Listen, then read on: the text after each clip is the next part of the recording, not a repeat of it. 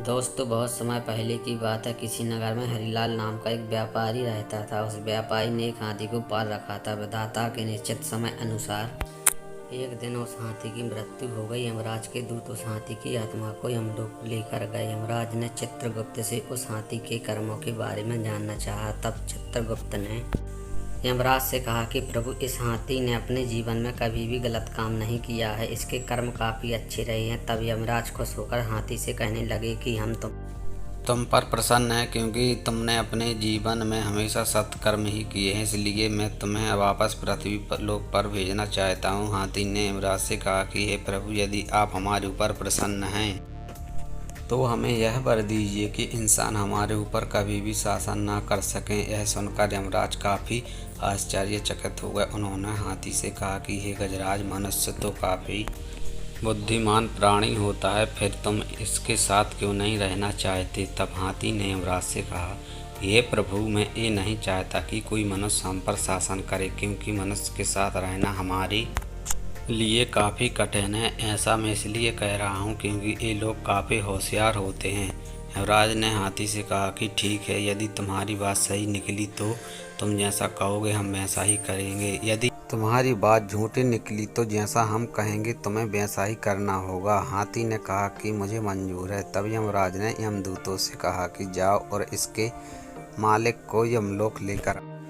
4 दूत उस हाथी के मालिक को लेने के लिए पृथ्वी लोक पर गए। जब हरिलाल सो गया तो चारों दूतों ने चारपाई सहित उस हाथी के मालिक को लेकर यमलोक की तरफ बढ़ने लगे। हरिलाल के बीच में नींद खुल गई। उसने देखा कि मैं आकाश में हूँ और नीचे देखा तो जमीन ही गायब थी। तब हरिलाल ने यमदूतों से पूछा कि हमें कहाँ लेकर जा रहे हो? तब यमदूतों ने कहा कि हम आपको यमलोक यमराज के पास लेकर जा रहे हैं। तब हरिलाल ने कहा कि हम लोग तो लोग मृत्यु के बाद जाते हैं, मैं तो जिंदा हूँ। तब यमदूतों ने कहा कि आज हम लोग में जिंदा इंसान की ज़रूरत है, इसलिए हम तुम्हें हम लोग लेकर चल रहे हैं। हरिलाल काफ़ी होशियार था। उसने काफ़ी देर तक सोचा कि उसके दिमाग में अचानक एक आइडिया आया। उसकी चारपाई पर ही बगल में कागज़ और कलम थी। उसने कागज़ कलम उठाया और एक सादी कागज़ पर उसने लिखा कि यमराज, इस मनुष्य को अपना सिंहासन सौंप देना, यह मेरा आदेश है। और उसने भगवान विष्णु का हस्ताक्षर भी कर दिया। यमदूत हरिलाल को लेकर यमलोक पहुँचे। वहाँ यमराज हरिलाल को देखकर काफ़ी खुश हुए। हरिलाल ने यमराज को वह कागज़ थमा दिया, जिसे पढ़कर यमराज अपने सिंहासन से उठ खड़े हुए और हरिलाल को यमलोक का राजा बना दिया। हरिलाल का हाथी उसकी होशियारी देखकर काफ़ी आश्चर्यचकित हुआ। अब यमलोक पर हरिलाल का शासन हो गया। हरिलाल ने चित्रगुप्त को आदेश दिया कि जो भी लोग नरक लोक में हैं उन्हें स्वर्ग लोक में भेजा जाए और नरक लोक का द्वार हमेशा के लिए बंद कर दिया जाए। अब जो भी लोग मरने लगे वो सभी स्वर्ग लोक में जाने लगे। फिर यह बात भगवान विष्णु के पास पहुंच गई। आखिर यमलोक का संतुलन क्यों बिगड़ रहा है? सभी लोग स्वर्ग जा रहे हैं। यह सोचकर भगवान विष्णु यमलोक पहुंच गए और देखा कि यमलोक के द्वार पर यमराज बैठे हुए थे। यह देखकर भगवान विष्णु ने यमराज से कहा कि यमराज, आप बाहर क्यों बैठे हुए हैं? तब यमराज ने भगवान विष्णु को हरिलाल द्वारा दी गई उस कागज को दिखाया, जिसमें लिखा हुआ था कि इस मनुष्य को यमलोक का सिंहासन सौंप दिया जाए, और नीचे भगवान विष्णु का हस्ताक्षर भी था।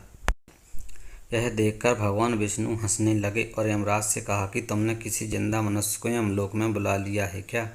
तब यमराज ने कहा कि हाँ प्रभु, मैंने एक जिंदा मनुष्य को धरती से यमलोक में बुलाया है। तब भगवान विष्णु यमराज के साथ हरिलाल के पास पहुँचे। हरिलाल भगवान विष्णु को देखकर सिंहासन से उठ खड़ा हुआ और भगवान विष्णु से बोला कि प्रभु, मेरी यही इच्छा थी कि मैं आपको अपने समक्ष बुला सकूं, इसलिए मैंने यह सब कुछ किया। हरिलाल की बात सुनकर भगवान विष्णु बहुत प्रसन्न हुए। यमराज ने हाथी से कहा कि हे गजराज, आप जीत गए और मैं हार गया। उसके बाद यमराज ने हरिलाल को वापस पृथ्वी लोक पर भेज दिया और उसके दिमाग से यह सारी बातें भुला दी, और यमराज ने गजराज को पृथ्वी लोक पर भेज दिया।